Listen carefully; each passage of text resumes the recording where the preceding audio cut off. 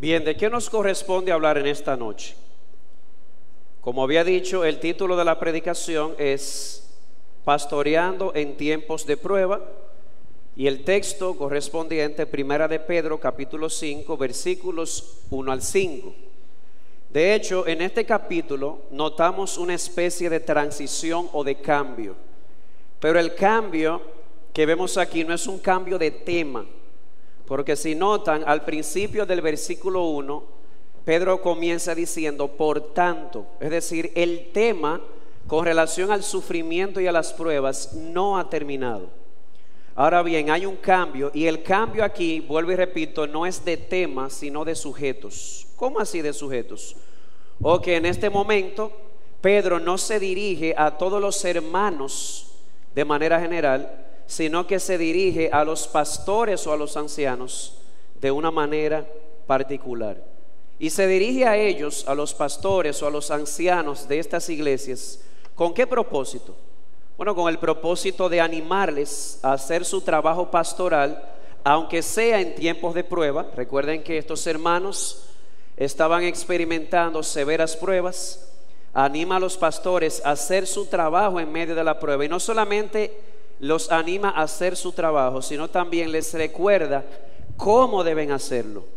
Como van a ver más adelante, el énfasis del texto está en cómo los pastores deben hacer su trabajo pastoral. Y esto es pertinente para todos nosotros, hermanos.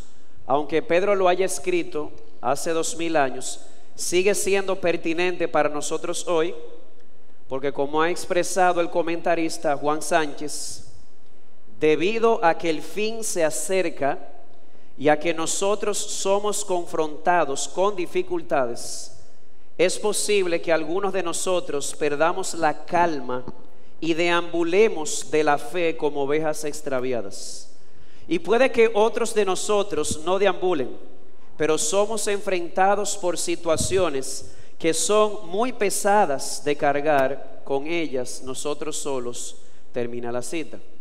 Así que en medio de esas pruebas que muchas veces nos llevan a deambular por falta de instrucción, en medio de esas pruebas con cargas tan pesadas que no podemos llevar solos, la pregunta es, ¿a dónde podemos ir para buscar ayuda? ¿A dónde podemos mirar para encontrar ejemplo? No solamente necesitamos instrucción para saber cómo manejarnos en las pruebas, también necesitamos modelos a seguir que nos muestren esa predicación en la vida diaria y sobre todo en medio de la prueba. Y de eso se trata el texto. Y vamos a ver 4 cosas. Voy a dar la versión más abreviada, espero, para dar chance a cualquier pregunta o a cualquier cosa que se quiera agregar. 4 cosas. Primero, vamos a ver la exhortación a pastorear. Segundo, la manera de pastorear. Tercero, el incentivo para pastorear. Y 4, la respuesta al pastoreo. Son 4 cosas. Vamos a comenzar con la exhortación a pastorear. Leo de nuevo los versículos 1 y 2 en su primera parte. Dice, por tanto, a los ancianos entre vosotros os exhorto yo, anciano como ellos y testigo de los padecimientos de Cristo, y también participante de la gloria que ha de ser revelada, pastoread al rebaño de Dios entre vosotros. Es claro y es explícito, se trata de una exhortación, porque él dice, exhorto yo, es una exhortación. Ahora, en esta exhortación, ¿quiénes son los exhortados? Eso es lo primero que notamos en el texto. Dice literalmente, a los ancianos entre vosotros. ¿Quiénes son vosotros? ¿Recuerdan Primera de Pedro 1:1? Pedro escribió a iglesias que se ubicaban en Asia Menor, específicamente en las ciudades de Ponto, Galacia, Capadocia, Asia y Bitinia. Así que cuando él se dirige a los ancianos entre vosotros, se está dirigiendo a los ancianos de esas iglesias locales a las cuales él estaba escribiendo. Ahora bien, aquí surge una pregunta. Pastor, dígame, Cuando dice a los ancianos, ¿a quién se está refiriendo Pedro? ¿Se está refiriendo Pedro a los ancianos de edad? Bueno, yo pienso que el mismo texto da respuesta. Sobre todo el versículo 2 dice que esos ancianos son los mismos que son llamados en el verso 2 a pastorear el rebaño de Dios entre ellos. O sea que aquí los ancianos no está hablando necesariamente de los ancianos cronológicamente, sino de aquellas personas que entre estas iglesias habían sido apartados por Cristo y llamados por Cristo para pastorear esas iglesias. La Biblia utiliza 3 términos que, con todo respeto, hay otras iglesias que ven diferencias. Nosotros entendemos que anciano, pastor y obispo son 3 términos para referirse a la misma persona. A los ancianos entre ustedes exhorto yo. Ahora bien, eso es primero las personas exhortadas. ¿Quiénes son los ancianos? ¿Quiénes son los ancianos? Los llamados a pastorear entre esas iglesias. Ahora bien, ¿quién es el que exhorta? Eso es interesante. Dice el versículo 1: por tanto, a los ancianos entre vosotros exhorto yo. ¿Quién es ese yo? Pedro, el autor de la carta. Pedro es el que exhorta. Y usted dice, pastor, pero eso ya lo sabíamos. Sí, por esa razón no quiero llamar la atención ahora sobre quién está dando la exhortación, sino que quiero llamar la atención sobre cómo se presentó Pedro cuando dijo esto. ¿Cómo se presentó Pedro cuando le dio esta exhortación a los ancianos o pastores? Él dice: exhorto yo, anciano como ellos, y testigo de los padecimientos de Cristo, y también participante de la gloria que ha de ser revelada. Está claro que este hombre es un apóstol que fue testigo ocular. Pedro vio los padecimientos de Cristo, y no solamente vio los padecimientos de Cristo, él fue testigo de la gloria de Cristo. Si usted busca en 2 de Pedro, no lo busque, capítulo 1, se dará cuenta que Pedro da testimonio de cómo él estuvo ahí en el monte de la transfiguración y vio cuando Jesús se transfiguró, y dice allí que él oyó junto con Santiago y con Juan una voz que vino del cielo y dijo: este es mi hijo amado. Este hombre vio a Jesús transfigurado siendo servido por Moisés y por Elías. Escuchó la voz audible del Padre que vino del cielo. Este hombre fue testigo de la resurrección de Cristo. Sin embargo, noten que Pedro no se dirige a los ancianos simplemente como ese apóstol que fue testigo de los padecimientos y la gloria de Cristo. Se dirige a ellos también como un anciano, como uno de ellos. Exhorto yo, anciano como ellos. Qué interesante y qué hermoso esto, que Pedro el apóstol no se presenta solo como apóstol, sino también como anciano o pastor, al igual que ellos. Así que la exhortación que Pedro está trayendo o le está dando a los ancianos, no solo la da en calidad de apóstol, también lo da en calidad de un compañero de ministerio. No simplemente como uno que está por encima, sino también como uno que está a su lado, como un anciano o pastor igual que ellos. Como ha expresado Karen Jobs, Pedro no les está pidiendo a estos hermanos que hagan algo que él mismo no estuviese haciendo. Termina la cita. Ahora bien, hemos visto los exhortados. ¿Quiénes son los exhortados? Los ancianos. ¿Quiénes son estos ancianos? Los llamados a pastorear. ¿Quién es el que exhorta? Pedro. Y le habla a ellos no solo como apóstol, sino también como anciano o como pastor, como un compañero de milicia o de oficio. Y aquí viene el punto central. ¿Cuál es la exhortación? Pedro les dice en el verso 2: pastoread el rebaño de Dios entre vosotros, velando por él. La exhortación de Pedro a estos ancianos es a pastorear el rebaño de Dios. Noten, el rebaño no es de ellos, el rebaño es de Dios. Dios lo ha puesto bajo su supervisión y exhorta ahora a estos ancianos a que pastoreen ese rebaño. ¿Qué significa pastorear? Bueno, hay que bajar de lo literal a lo metafórico. Literalmente, la palabra pastorear significa o tiene que ver en el mundo natural con cómo un pastor de ovejas atiende o vela por las necesidades de sus ovejas. De hecho, pienso que un texto que nos puede ayudar muchísimo a entender cómo un pastor en el mundo natural vela por sus ovejas es el Salmo 23. Voy a leer los versículos 1 al 4 del Salmo 23 que todos conocemos. Dice: el Señor es mi, nada me faltará. Fíjense que el pastor vela para que no le falte nada a sus ovejas. ¿Y cuáles son las cosas que sus ovejas necesitan?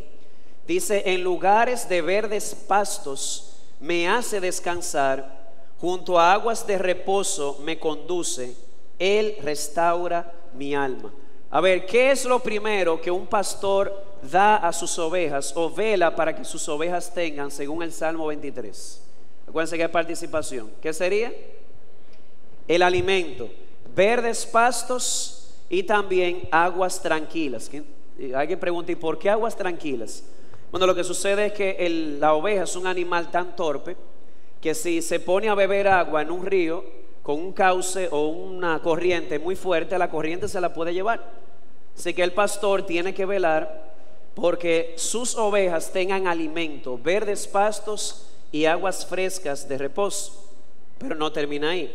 Luego dice: me guía por senderos de justicia por amor de su nombre.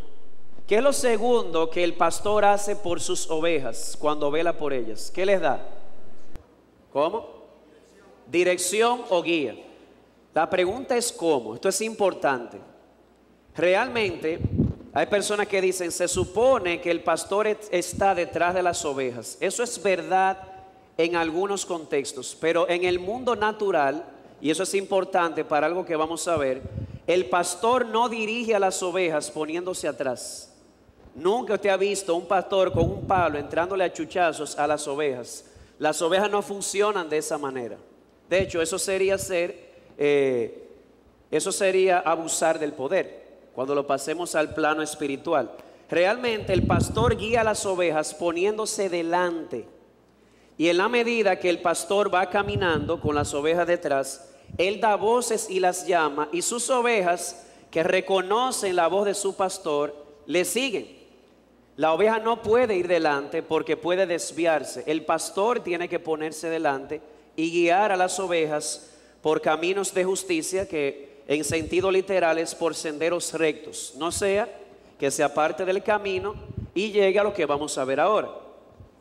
Versículo 4: aunque pase por el valle de sombra de muerte, no temeré mal alguno, porque tú estarás conmigo. Tu vara y tu cayado me infunden aliento. ¿Qué es lo tercero que un pastor provee a sus ovejas cuando está velando por ellas? Además de alimento y además de guía y dirección, ¿qué es lo tercero? Protección. De hecho, tiene que proteger a las ovejas, oigan esto, de animales feroces, pero también tiene que proteger a las ovejas de ellas mismas. ¿Cómo así? Aquí se habla de la vara y el cayado.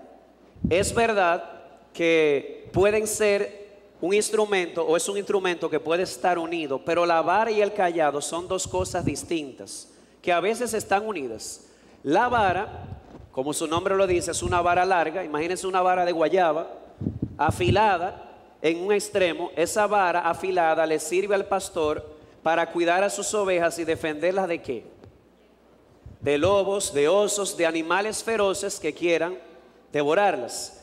Pero el cayado no es como la vara. El cayado tiene forma de bastón. ¿Te han visto en Navidad los bastoncitos?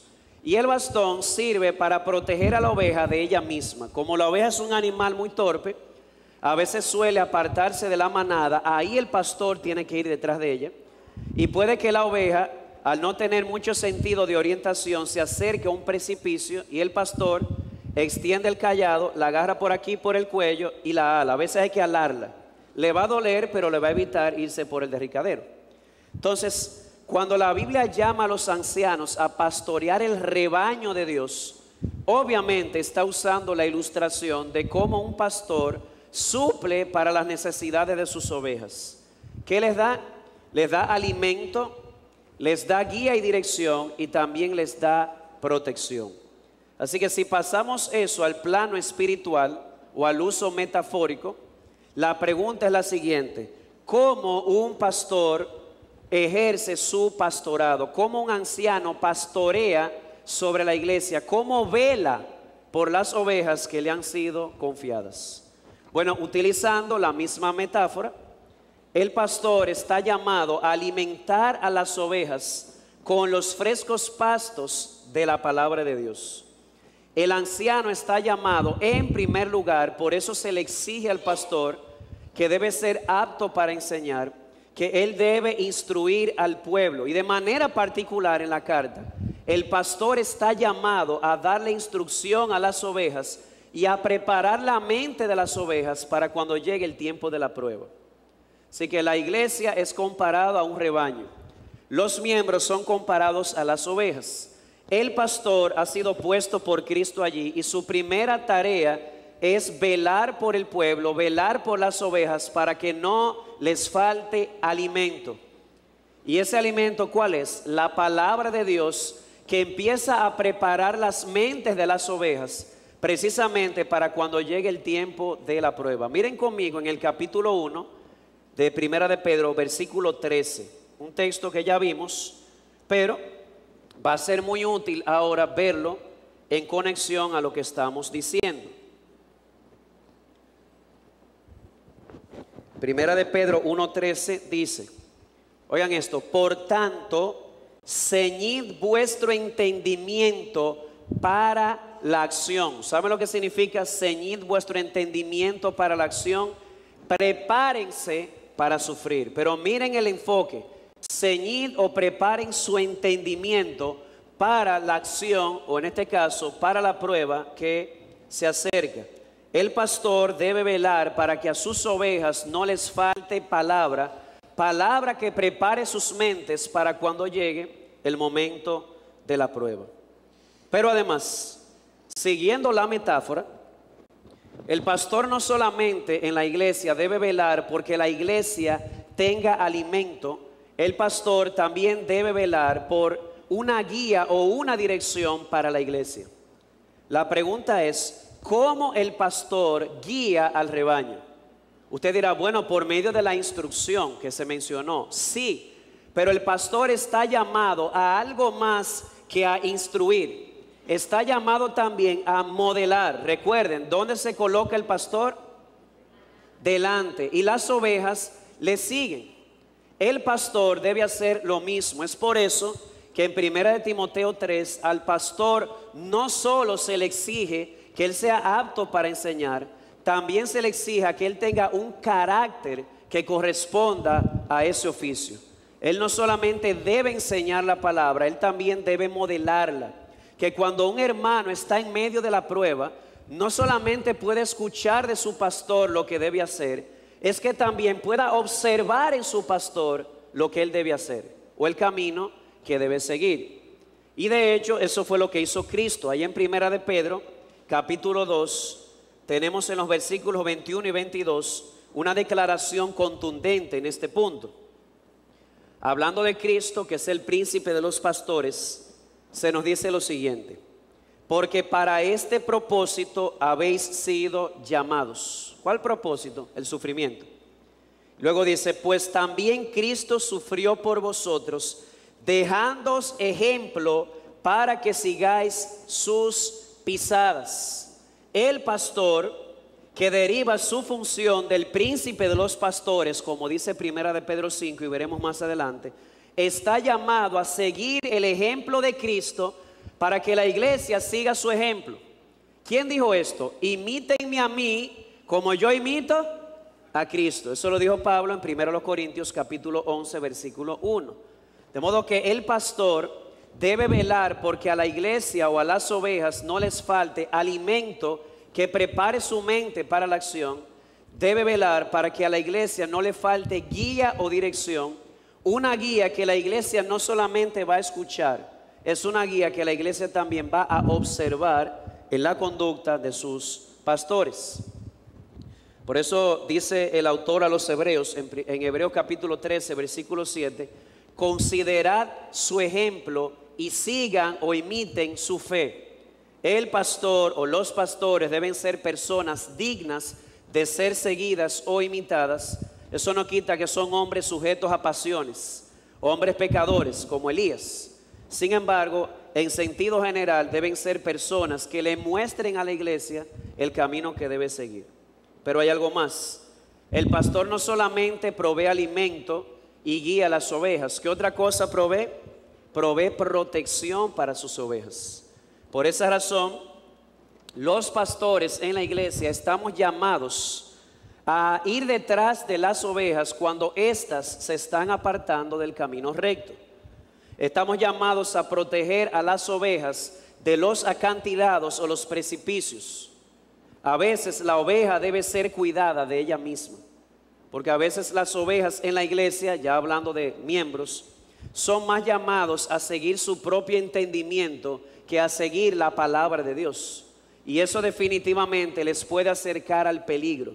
El pastor está llamado a rescatarlo, está llamado a instruirlo, a reprenderlo si es necesario para traerlo al camino. Pero no solamente de ellos mismos, los pastores estamos llamados a proteger a las ovejas de los lobos. ¿Y quiénes son los lobos? Si usted toma el Nuevo Testamento, perros y lobos son utilizados de manera metafórica para referirse a falsos maestros. Hermanos, no vamos a minimizar el peligro de los falsos. Segunda de Pedro, capítulo 2, versículos 1 al 3. Allí Pedro nos dice que los falsos maestros pueden llevar a la destrucción no solamente a ellos mismos, sino también a aquellos que siguen sus enseñanzas. Y el pastor está llamado no solamente a cuidar el rebaño de ellos mismos o cuando se desvían, sino también a cuidarlos de las falsas enseñanzas. Por esa razón es tan importante, hermano, que si usted escucha algo que le deja con duda, venga y pregunte, venga y consulte.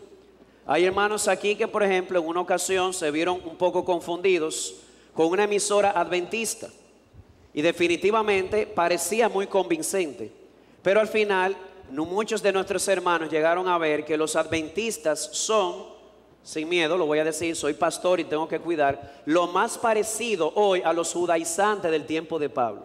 Tan sencillo como eso, responsablemente lo digo, pero estoy llamado a cuidarte y protegerte. Simplemente un ejemplo. Pero recuerdo también una hermana que es miembro de nuestra iglesia y vino de los testigos de Jehová a la fe verdadera. Los testigos de Jehová le hicieron la vida imposible. Le empezaron a molestar, le empezaron a inquietar hasta que el pastor Arocha los llamó. Esa es oveja mía, ustedes quieren hablar con ella, hablen conmigo primero.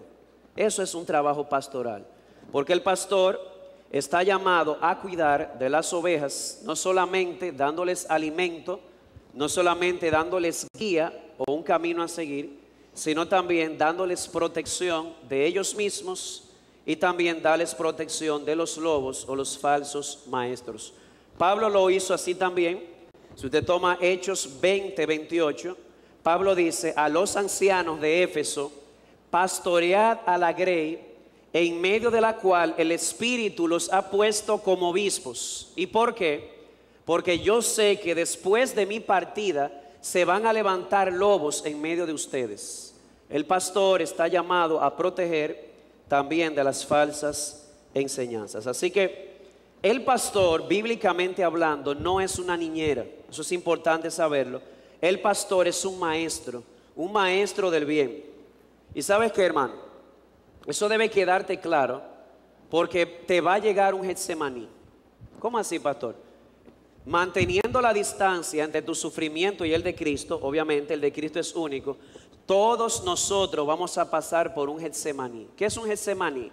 Un momento en que nos va a tocar sufrir y vamos a estar solos. Vamos a tener a nuestro hermano que está orando por nosotros, pero no puede hacer más nada que orar por nosotros. Y en ese momento, ahí estamos nosotros, solamente con la instrucción que hemos recibido, con el ejemplo que hemos visto y con el poder del Espíritu Santo. Eso no lo podemos pasar por alto. Pero ese es el trabajo pastoral, equipar al pueblo para que el pueblo haga la obra del ministerio y de esa manera todos podamos crecer a la estatura de Cristo, el varón perfecto. Pero ¿saben qué? Yo quiero también resaltar algo más. Con relación a la exhortación, vimos los exhortados, el que exhorta y la exhortación.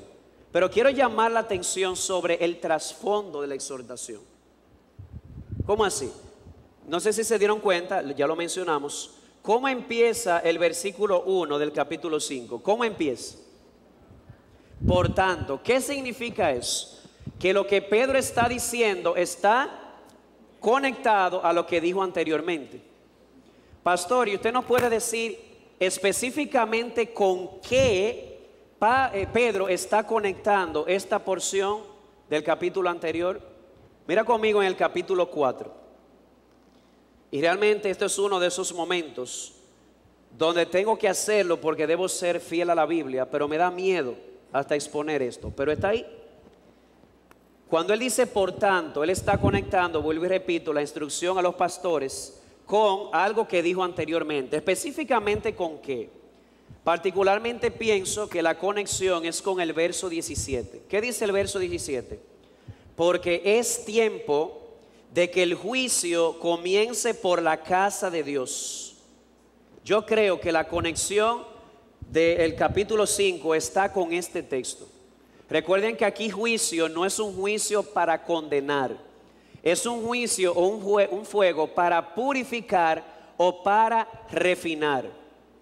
Viene el fuego, viene el juicio purificador y va a empezar por la casa de Dios. Pastor, ¿y por qué usted piensa que lo que él dice a los pastores se conecta con esto? O por el trasfondo del Antiguo Testamento de donde Pedro saca este texto. ¿Cuál es su trasfondo? Para los que llevan notas, Primera de Pedro 4:17 hace alusión a Ezequiel 9, 4 al 6.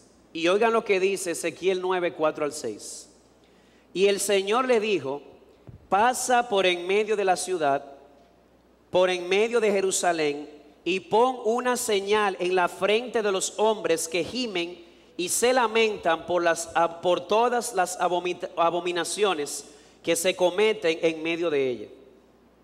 Pero a los otros dijo: y yo lo oí, pasad por la ciudad en pos de él y herid.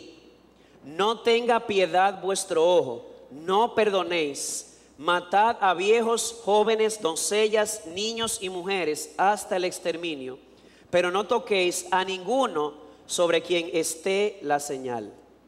Un juicio, ¿verdad? Comenzaréis por mi santuario, dice el Señor. Oigan esto, el juicio comenzaría por el santuario. Y agrega: comenzaron pues con los ancianos que estaban delante del templo. Yo no sé ni cómo yo me atrevo a decir esto, pero creo que la conexión de por tanto a los ancianos exhorto yo se conecta con el 4:17. El juicio comienza, el juicio purificador por la casa de Dios, porque ese texto viene de Ezequiel, donde Dios dice: el juicio empieza por mi santuario, y empiecen por los ancianos. Es decir, en el capítulo 4 Pedro le dijo a los hermanos: viene un fuego de prueba, un fuego refinador, y ese fuego va a empezar por mi casa, y prepárense los ancianos, ustedes van a ser los primeros. De modo que hay una conexión entre la exhortación y lo que él acaba de decir anteriormente. ¿Quiénes son los exhortados? Los ancianos o pastores. ¿Quién exhorta? Pedro, no solamente el apóstol, el compañero de milicia, anciano con ellos. ¿Cuál es la exhortación? Pastoreen el rebaño, velen por él, denle el alimento que necesitan, provéanle la guía que ellos necesitan, provéanle la protección que ellos necesitan de ellos mismos y de los falsos, y mucho más en tiempo de prueba. Y háganlo porque recuerden esto: el juicio purificador empieza por la casa de Dios y va a empezar por ustedes. Y empezar por ellos, ¿por qué? Bueno, entiendo que es consistente con el texto de que el fuego purificador en los ancianos también va a tener un efecto purificador. ¿Y de qué va a purificar la prueba al pastor o al anciano? O de las motivaciones incorrectas dentro de su oficio. ¿Cómo? ¿Sobre quién viene el fuego de la prueba primero? El pueblo de Dios. Y en el pueblo de Dios, ¿por quién comienza? Los ancianos. Ese fuego, ese juicio no es para condenar, es para purificar. Y Dios utiliza eso para purificar o para refinar la fe de los ancianos y quitar de ellos las malas motivaciones en medio de su pastoreo. ¿Y cómo usted sabe que ese fuego va a purificar a los ancianos de las malas motivaciones? A propósito de las motivaciones, pasemos al segundo punto. ¿Cuál es la manera en que los ancianos están llamados a pastorear? Noten en los versículos 2 al 4 que él usa 3 contrastes o antítesis. No así, sino asá. Voy a leer los versículos 2 al 4. No por obligación, sino voluntariamente, como quiere Dios. No por la avaricia del dinero, sino con sincero deseo. Tampoco como teniendo señorío sobre los que han sido confiados, sino demostrando ser ejemplos del rebaño. Como los ancianos son llamados a pastorear sobre la grey de Dios y sobre todo en tiempos de prueba. 3 cosas: voluntariamente, sinceramente y humildemente. Voluntariamente, sinceramente y humildemente.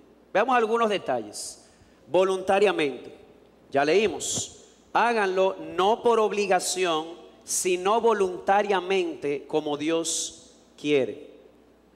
Sobre esto Juan Sánchez comentó: es peligroso cuando una iglesia asigna ancianos que asienten al puesto solo por obligación. Debemos afirmar hombres que realmente desean ser pastores. No hay nada más dañino para la persona y para la iglesia que poner un pastor que no tenga el deseo de ser pastor. Y esto es importante, hermanos, porque hay iglesias que suelen escoger pastores solamente porque tienen dones. Yo no digo que esa parte no va, pero además de los dones tiene que verse el carácter. Y además de los dones y el carácter, porque hay hombres aquí que tienen dones para enseñar, tienen el carácter pastoral, pero han dicho: yo no quiero ser pastor. ¿Y saben qué? No están pecando. Ese no es su llamado. Debemos respetar esto. La guerra es estratégica, no geográfica. ¿Cómo así? Si Dios te llamó a darle gloria como doctor, pues sírvele como doctor. Esa división entre lo secular o lo espiritual, eso no existe en la Biblia. Todo lo que hagas para la gloria de Dios es un acto espiritual de adoración. Ahora bien, si tú estás llamado y sientes ese fuego, no por lo que implica el pastorado, sino por la obra del pastorado, entonces esa obra puede ser para ti. Vuelvo al punto. Cuando vayas a pastorear, dice Pedro, hazlo no por obligación, sino voluntariamente. Y para eso, ¿cómo podemos cuidar a un anciano para que haga su labor voluntariamente? Alguien dijo: el que fue elegido como pastor debía ser ya pastor antes del oficio. Una persona que anhelaba eso, que deseaba eso, que se quemaba internamente por ese oficio.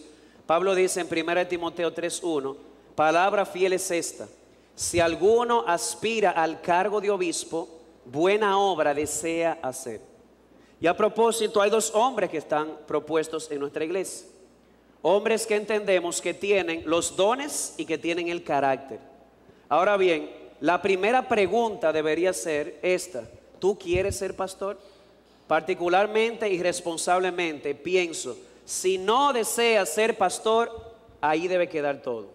No es un pecado y tampoco es beneficioso que sea puesto en el cargo una persona que no desee ser pastor, porque para pastorear hay que hacerlo voluntariamente como Dios quiere.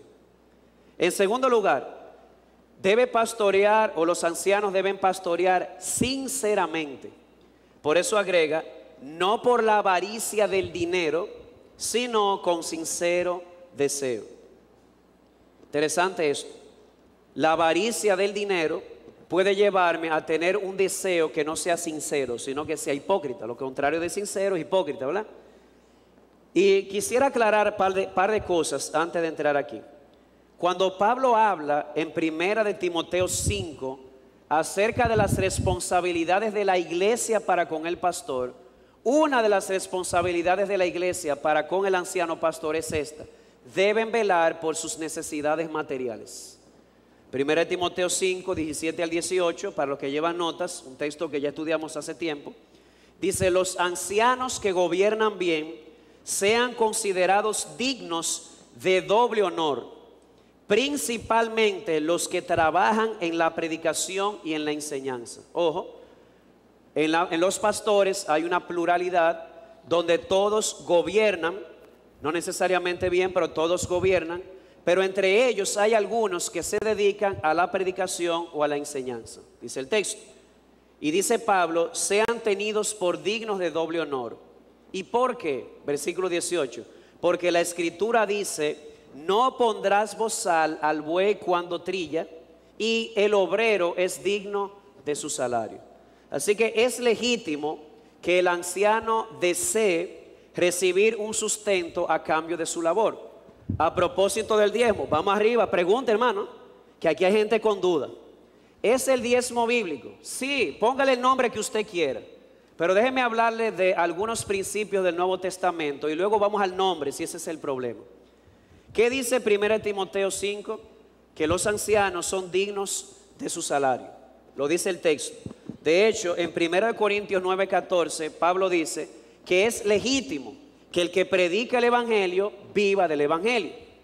Ahora bien, ¿qué relación tiene eso con el diezmo? Si vamos al Antiguo Testamento, ¿cuál era el propósito del diezmo? Bueno, habían 12 tribus en Israel y Dios repartió un pedazo de tierra a cada tribu. Esa era su herencia terrenal. La única tribu que no recibió ningún tipo de herencia fueron los levitas. ¿Y qué hizo Dios? Los levitas que se iban a dedicar a la labor sacerdotal en el santuario. ¿Vamos bien hasta ahí?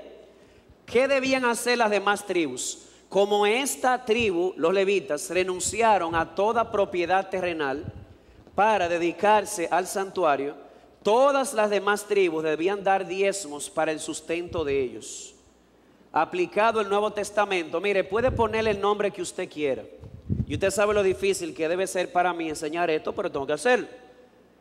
El principio es el mismo. Es justo que una persona que ha abandonado su carrera, que ha abandonado muchas comodidades y muchas cosas, y se dedique al oficio pastoral verdadero, porque hay muchos que son cómodos y vagos, que el Señor nos guarde, pero si se dedican a esto es justo y legítimo, ya que ellos han renunciado a eso, que la iglesia les compense, no dándole lujos. Yo no estoy hablando de lujos, pero sí sus necesidades. Es justo que el que predique el evangelio viva del evangelio. Ese es el principio del diezmo. Pastor, ¿y por qué le llamamos diezmo?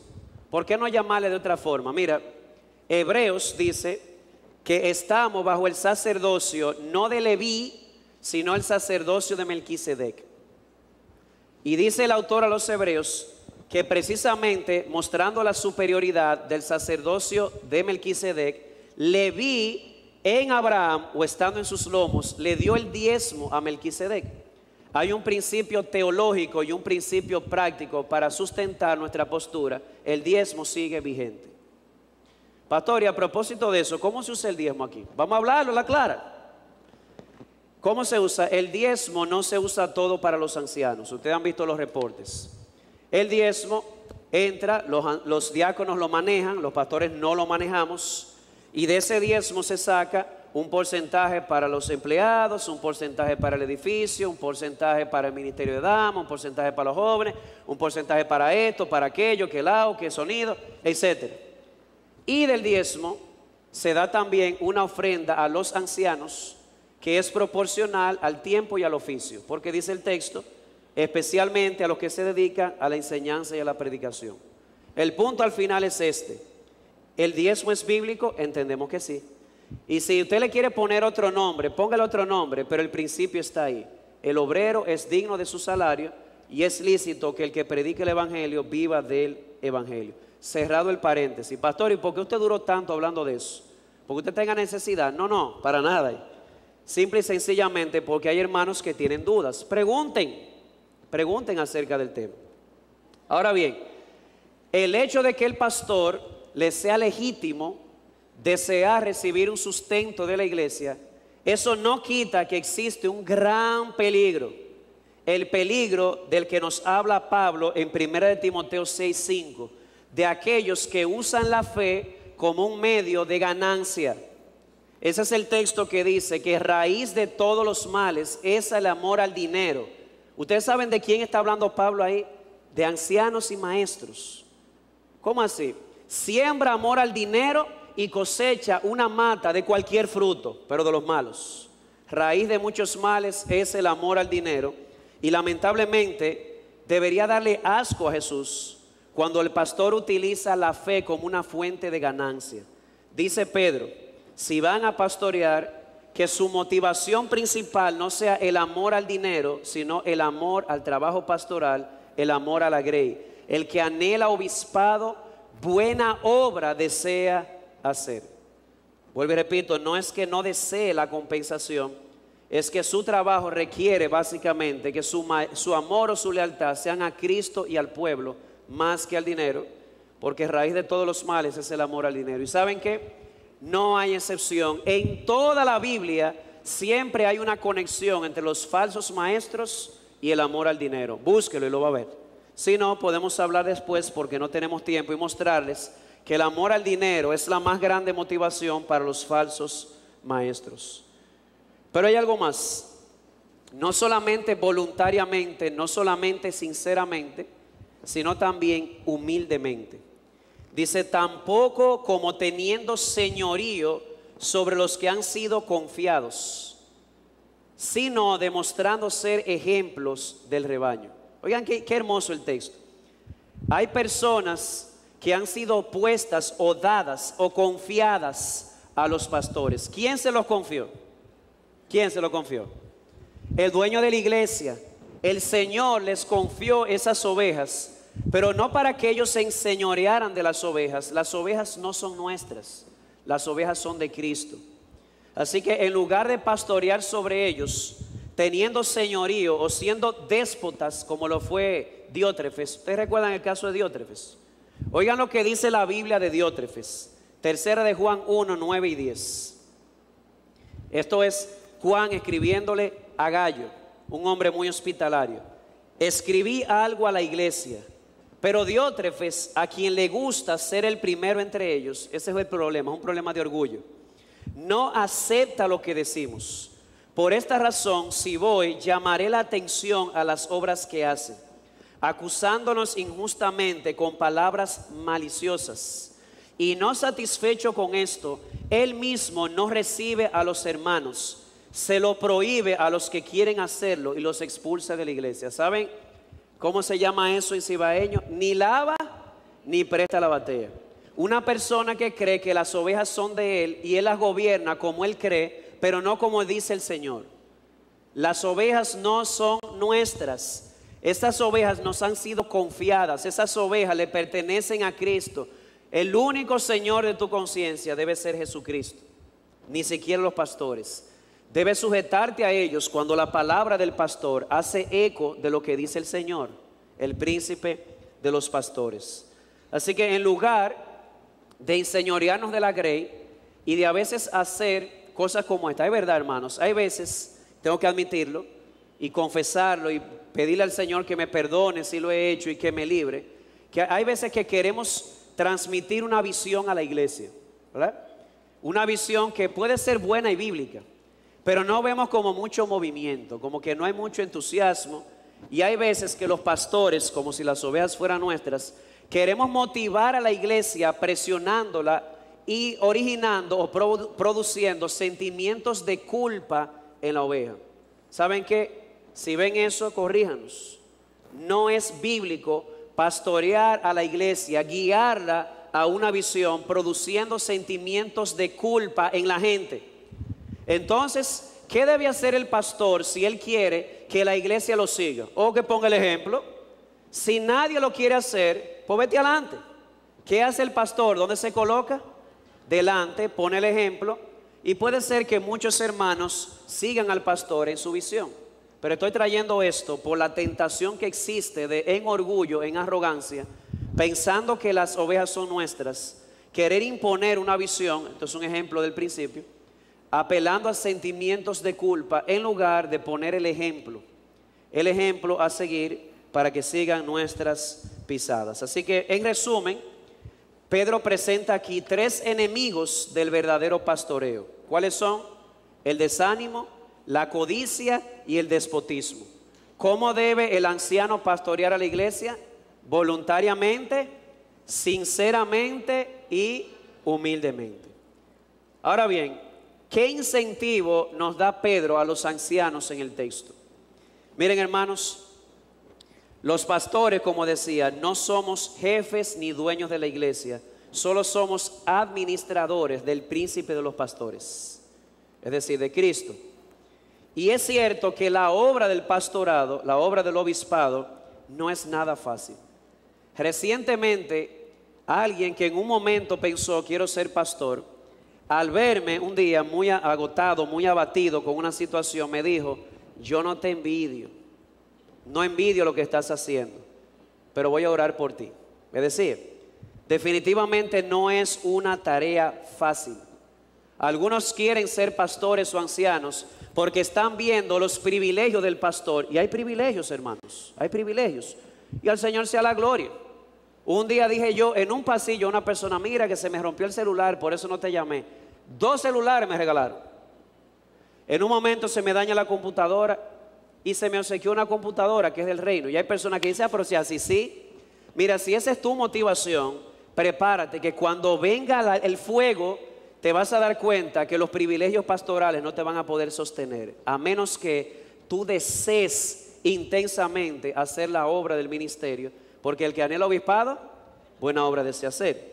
El punto es, no es fácil, pero por favor, como le dije yo a alguien recientemente, no nos cojan pena. Hay personas que nos ven con el moco para abajo, con la preocupación, con la ansiedad, y empiezan a compadecerse de nosotros. Mira, me cae bien tu consuelo, pero no me cojas pena. Esto es lo mejor que me ha pasado en mi vida. A esto Cristo me ha llamado, lo disfruto. Y Pedro nos da aquí a los pastores un gran incentivo para pastorear bien. ¿Cuál es ese incentivo? Versículo 4. Y cuando aparezca el príncipe de los pastores, recibiréis la corona inmarcesible de gloria. Hay recompensa para aquellos pastores que deciden seguir pastoreando a la forma de Dios y persistir ahí. De hecho, no sé si recuerdan en 1 Corintios 15, Pablo estaba hablando allá de la resurrección y de que hay una resurrección. Y él dice, si no hay resurrección, nosotros, hablando como ministros, somos dignos de lástima, dignos de conmiseración, pero no somos dignos de lástima. ¿Saben por qué? Porque habrá resurrección. Por eso 1 Corintios 15, 58, Pablo termina ese capítulo hablando de la esperanza de la resurrección, diciendo, manténganse firmes y constantes en la obra del Señor. ¿Por qué? Porque hay resurrección. Sobre esto Piper comenta lo siguiente y cito sus palabras. Puede haber momentos en los que los ancianos sintamos que el fuego de refinación está demasiado caliente. Puede que sintamos que si se necesita tanto fuego para quemar nuestra falta de motivación, nuestra avaricia y nuestro orgullo, si se necesita tanto fuego para quitar eso, entonces no vale la pena. Pero eso sería, dice Piper, porque hemos quitado nuestros ojos de la eternidad y del príncipe de los pastores que todo lo satisface, nuestro Señor Jesús. Termina la cita. Así que oren por sus ancianos, pidiéndole al Señor que siempre ponga delante de nosotros ese día en que Cristo regrese y traiga con él su corona. Ahora bien, hemos visto la exhortación, hemos visto la manera de la exhortación y la motivación. Pero ¿qué de aquellos que son pastoreados? ¿Hay alguna palabra para ellos? Creo que sí, versículo 5. Dice versículo 5: asimismo vosotros los más jóvenes, estad sujetos a los mayores, y todos revestidos de humildad en vuestro trato mutuo, porque Dios resiste a los soberbios, pero da gracia a los humildes. Tengo que admitir que la palabra jóvenes aquí está sujeta a discusión, porque algunos dicen que se refiere a jóvenes en edad, otros dicen que se refiere a jóvenes en la fe. Miren, yo me inclino por la segunda, por una sencilla razón. Si él está hablando de los ancianos que pastorean, en el versículo 5 el contraste es con los que son más jóvenes, pero más jóvenes que ¿quién? Que los ancianos que pastorean. Por esa razón me inclino a cómo lo presenta Juan Sánchez en su comentario, que aquí los jóvenes se refiere a aquellos que son pastoreados, que son alimentados, guiados y protegidos por los pastores. ¿Y cuál es el deber? Dice Pedro, literalmente, que el deber de aquellos que son pastoreados es estar sujetos, en este caso, a los pastores.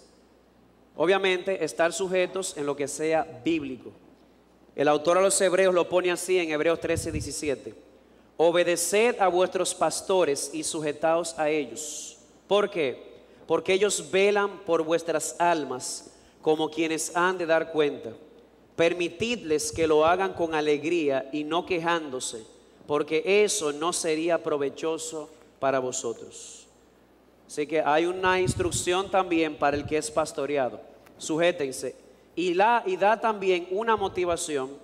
Y él dice: sujétense porque Dios resiste a los soberbios, pero da gracia a los humildes. Aquella persona, según Pedro, que no está dispuesta a seguir la instrucción, el buen ejemplo y la protección de los ancianos, sobre todo cuando lo hacen bíblicamente, son presentados aquí como soberbios u orgullosos. Aquellos que están dispuestos a seguir la guía del príncipe de los pastores son presentados como humildes. Y Dios es claro: Dios resiste a los soberbios, pero da gracia a los humildes. Así que en resumen, a los ancianos, aquellos que pastorean, dice Pedro, no solamente apóstol, también anciano como ellos, pastoreen a la grey que les ha sido confiada. Aliméntenla, protéjanla, diríjanla, guíenla con el buen ejemplo. Y cuando lo hagan, háganlo voluntariamente, háganlo sinceramente y háganlo humildemente. Y recuerden esto: si se mantienen firmes, cuando venga el príncipe de los pastores, les dará la corona de gloria. Pongan sus ojos en la eternidad. Y ustedes que son pastoreados, dice Pedro, que son más jóvenes en la fe, dice: sujétense a ellos. Obviamente en lo que es bueno, porque somos llamados a obedecer a Dios antes que los hombres. ¿Y por qué? Porque Dios resiste a los soberbios y da gracia a los humildes. ¿Qué más decir? Oren por nosotros, hermanos, y que el Señor nos ayude, porque el juicio empieza por la casa, y en la casa el juicio o el fuego purificador empieza por los ancianos. Tengo aquí 7 a 10 minutos de pregunta o comentario. Manuel Alejandro, Félix. Ya que a lo que el micrófono llega, te puedo poner de pie a hablar a pulmón para ganar tiempo. Ahí viene. Buenas noches.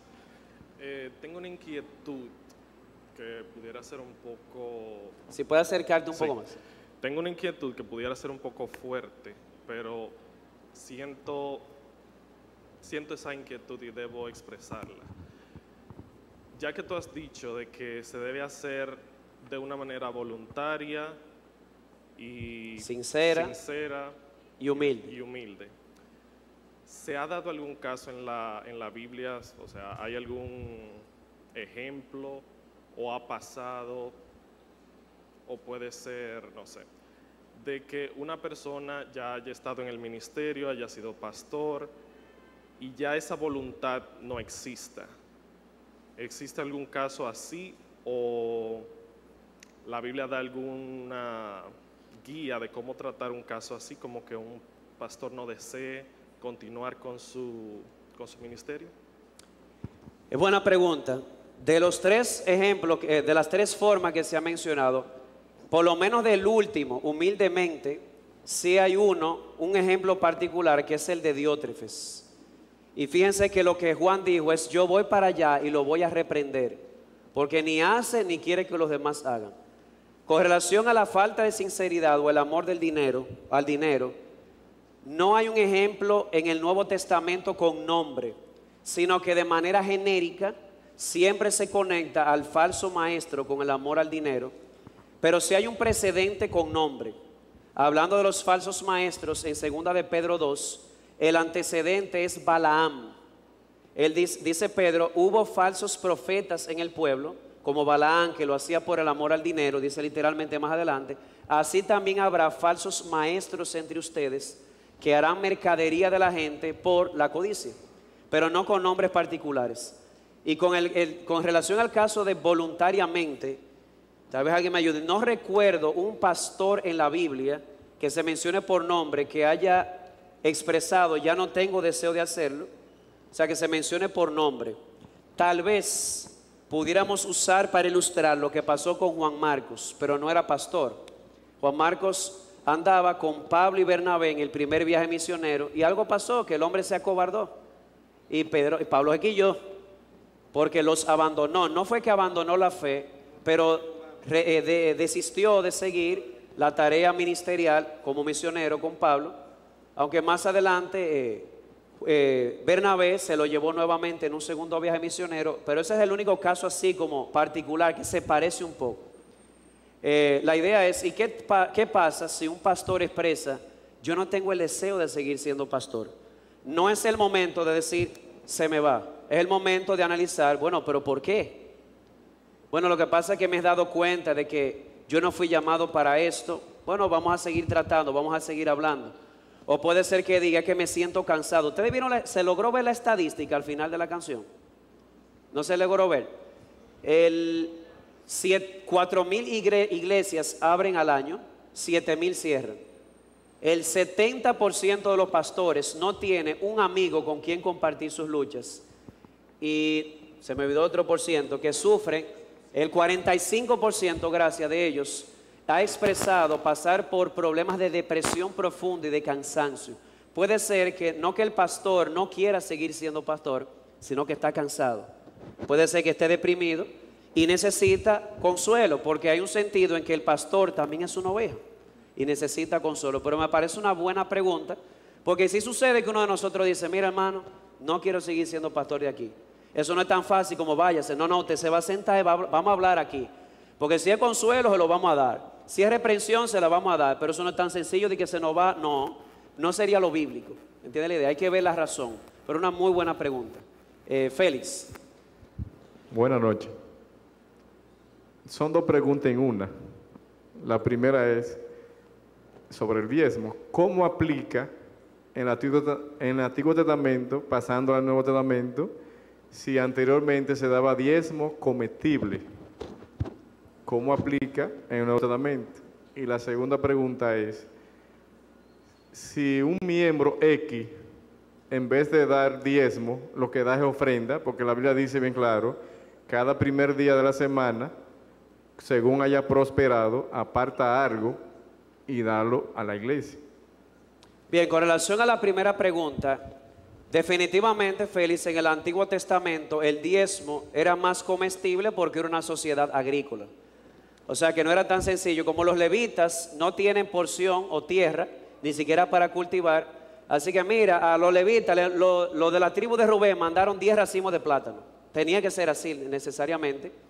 En el Nuevo Testamento puede ser así, puede ser que un hermano, como han hecho algunos hermanos aquí, que me dicen: pastor, pase por mi casa el sábado, ahí me llevo yo el baúl lleno de yuca y plátano. Eso es una forma, o sea, pero la forma más común, porque no es una sociedad agrícola, es ayudarles monetariamente para que cubran sus necesidades. Puede ser física, puede ser monetaria. De hecho, el principio sí está en lo que dice Pablo en Gálatas 6. Los que son instruidos en la palabra, hagan partícipe de toda cosa buena al que les instruye, sea monetariamente o sea comestiblemente. Al final es esto: el pastor, para dedicarse a su tarea, lo ideal, porque hay circunstancias, ¿verdad? Lo ideal es que la iglesia pueda suplir para sus necesidades básicas, de tal manera que no pase hambre y pueda dedicarse al pastorado. Con relación a lo segundo, se me olvidó la pregunta, dila otra vez. La segunda pregunta es, un miembro X. Lo de ofrenda, se llama colega. Una persona, lo que hay que hacer es definir términos. Cuando tú dices ofrenda, ¿a qué te refieres?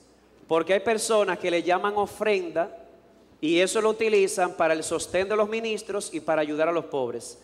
Si es un asunto de nombre, al final yo no creo que haya mucho que discutir.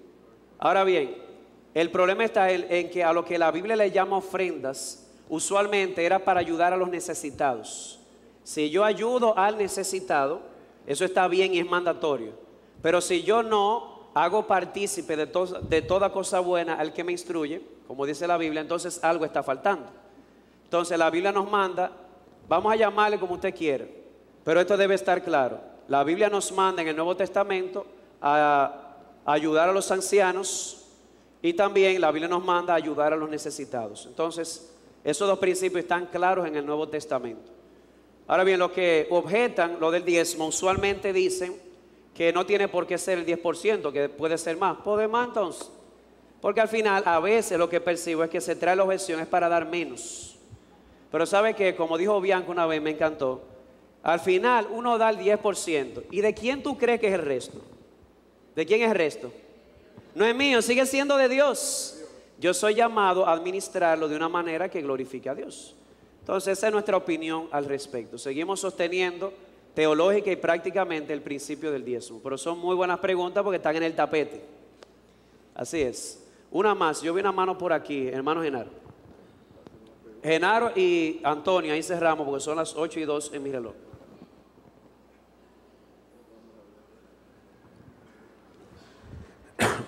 Perdón. Sí, era con relación a la pregunta anterior de la renuncia al pastorado. Cuando nosotros miramos al Antiguo Testamento, vemos siervos de Dios, aunque no eran pastores, pero sí cuidaban del rebaño, como eran los profetas, y renunciándolo, diciéndole a Dios, Señor, quítame la vida. Ahí está el caso de Moisés, de Isaac y otros tantos, que le pidieron a Dios que le quitaran la vida precisamente por el peso, por la angustia, por el miedo que estaban sintiendo y sentirse solo, como usted estaba señalando. Exacto. La idea es que no es tan sencillo, hay que escuchar, pero puede ser que la opinión sea de peso, que la razón sea válida y debe concedérsela al pastor si él insiste con una razón válida, que renuncie porque es voluntario. Si él tiene en su mente una razón que es de peso, no es saludable retenerlo si él voluntariamente no quiere seguir, porque debe en su juicio enfocarse en otras cosas que son su prioridad. Tal vez su familia, tal vez, no sé, pero hay que escucharlo. Antonio, y ahí lo dejamos.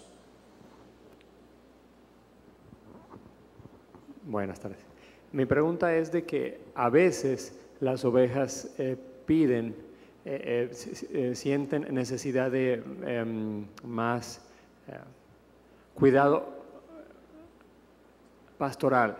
Además de las prédicas, dicen, yo necesito que un pastor me guíe, hablar con un pastor.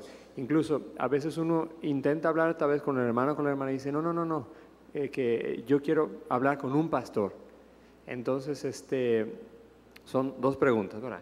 ¿Qué hacer en esos casos que el hermano o la hermana como que necesita y tal vez el pastor no tiene tiempo para poder acercarse a ese hermano, a esa hermana, saber más de su caso? Y entonces la segunda pregunta sería, en el contexto de nuestra iglesia, que sabemos que hay pocos pastores y que es muy difícil, o sea, entendemos que es complicado para ustedes poder dar seguimiento a todos nosotros como ovejas, o sea, como que podemos elegir personas que sean pastores por ese temor. ¿Qué debemos hacer? O sea, seguir esperando, ser pacientes, orar. ¿Qué aplicaría? Más o menos serían las preguntas. Bueno, con relación a lo primero, aunque haya hermanos maduros en la iglesia que pueden aconsejar, Y de hecho creo que hay hermanos que están capacitados para aconsejar mejor que un pastor en ciertas áreas. Por ejemplo, si vamos a un asunto de negocios o una compra, yo iba a comprar un vehículo hace un tiempecito, el vehículo que tengo, y busqué consejo de Marino Checo, un hombre que sabe de eso. O sea que podemos auxiliarnos de otros hermanos, pero todo hermano que quiera ser atendido por un pastor, toda oveja tiene derecho a ser atendido por un pastor y hacer una cita. Que a propósito, hace un tiempo queríamos decir, en el caso mío particular, ya muchos lo saben, yo tengo el lunes completo para recibir gente. Los lunes no doy clase en la academia, me paso el día completo aquí disponible para las personas, muchos ya lo saben y por eso los lunes está bien llena la agenda, pero toda persona que quiera hablar con un pastor tiene el derecho de hacerlo. Ahora bien, ¿tiene el hermano derecho también de no ir de un pastor y acercarse a otro hermano a pedir consejo? Claro, porque la tarea del pastor es equipar para que hagan la obra del ministerio. O sea que ambas cosas son lícitas, pero si quiere ser atendido por un pastor, es su derecho. Y con relación a lo segundo, necesitamos más pastores, eso es obvio. ¿Qué puede hacer la iglesia? Mientras tanto, una manera de ayudarnos mutuamente, yo creo que la iglesia tiene que ir caminando en esa dirección, es el tema de los grupos pequeños. He tratado de nutrirme de mucha literatura, de Tim Keller, de otros grandes predicadores, C.J. Mahaney. Me he asesorado con el pastor Méndez la importancia que tienen los grupos pequeños. ¿Cómo funciona un grupo pequeño?